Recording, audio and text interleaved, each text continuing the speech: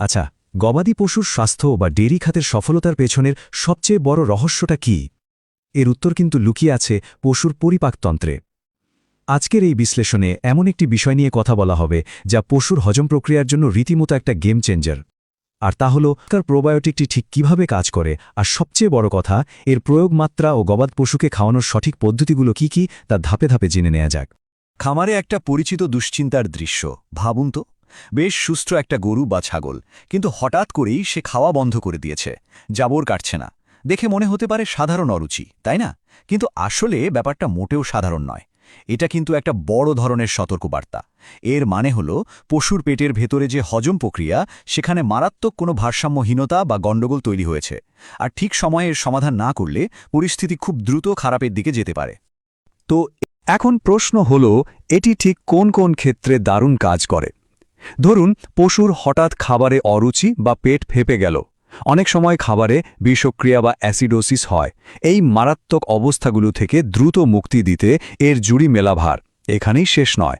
Diarrhoea বা আমাশয় হওয়ার পর পশুর শরীর একেবারে ভেঙে পড়ে, চরম দুর্বলতা দেখা দেয়।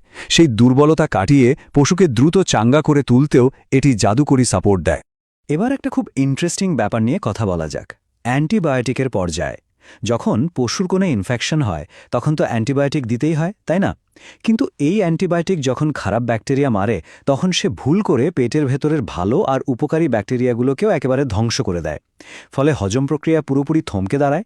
ঠিক সেই সংকটময় মুহূর্তে বায়োল্যাক্ট বোলাস একটা রেস্কিউ টিমের মতো কাজ করে, আর পেটের সেই ভালো ব্যাকটেরিয়াগুলোকে আবারও ফিরিয়ে আনে। তো এই রেস্কিউ টিমের সদস্য আসলে কারা? এর ভেতরে রয়েছে দারুণ কিছু বৈজ্ঞানিক উপাদান, যেমন ধরুন ল্যাক্টোব্যাসিলাস অ্যাসিডোফিলাস নামের দারুণ উপকারী ব্যাকটেরিয়া, সাথে আছে স্যাক্রোমাইসিস সেরিভিসি বা লাইভ ইস্ট, আর বিভিন্ন ধরনের ডাইজেস্টিভ এনজাইম। এগুলো কিন্তু কোনো কৃত্রিম রাসায়নিক নয়, এগুলো একেবারেই জীবন্ত উপাদান। এরা সোজা পশুর পেটে গিয়ে পুরো ইকোসিস্টেমটাকে একেবারে রিফ্রেশ আর সতেজ করে তোলে। এই ব্যাপারটা ডেইরি খাতের অর্থনীতির সাথে কতটা গভীরভাবে যুক্ত তা ভাবলে অবাক হতে হয়।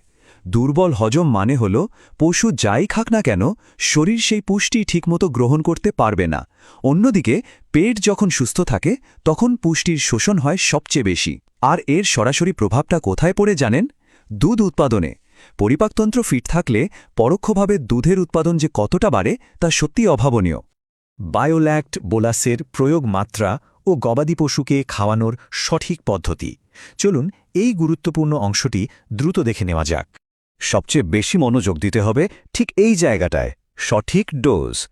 পশুর সাইজ অনুযায়ী মাত্রাটা কিন্তু আলাদা। গরু বা মহিষের মতো বড় প্রাণীদের জন্য দৈনিক 1 থেকে 2 বোলাস টানা 2 থেকে 3 দিন দিতে হবে। আর যদি ছাগল বা ভেড়ার মতো ছোট প্রাণী হয়, তাহলে ডোজটা হবে প্রতিদিন অর্ধেক বা বড়জোর 1 বোলাস। এই পরিমাপটা একদম কাটায় কাটায় মেনে চলা জরুরি, কারণ মাত্রা কম বেশি হলে পাকস্থলীর সে কাঙ্ক্ষিত ব্যালেন্সটা কিন্তু আসবে না। দস্ত জানা গেল, কিন্তু এই বোলাসটা খাওয়ানো হবে কিভাবে? প্রথম উপায়টা খুব সোজা, সরাসরি পশুর মুখে দিয়ে খাইয়ে দেওয়া।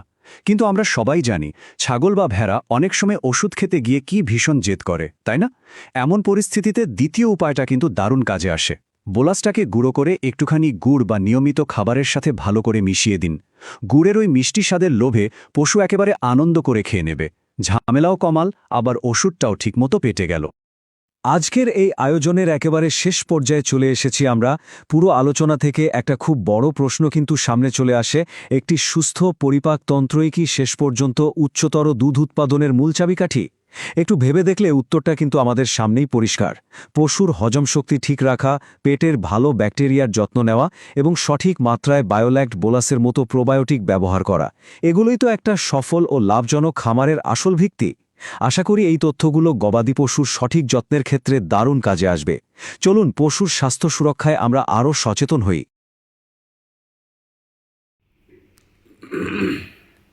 এইসব সফলতার পিছনে সবচাইতে বড় কারণ হলো বায়োগার্ড ভেট প্লাস বোলাস।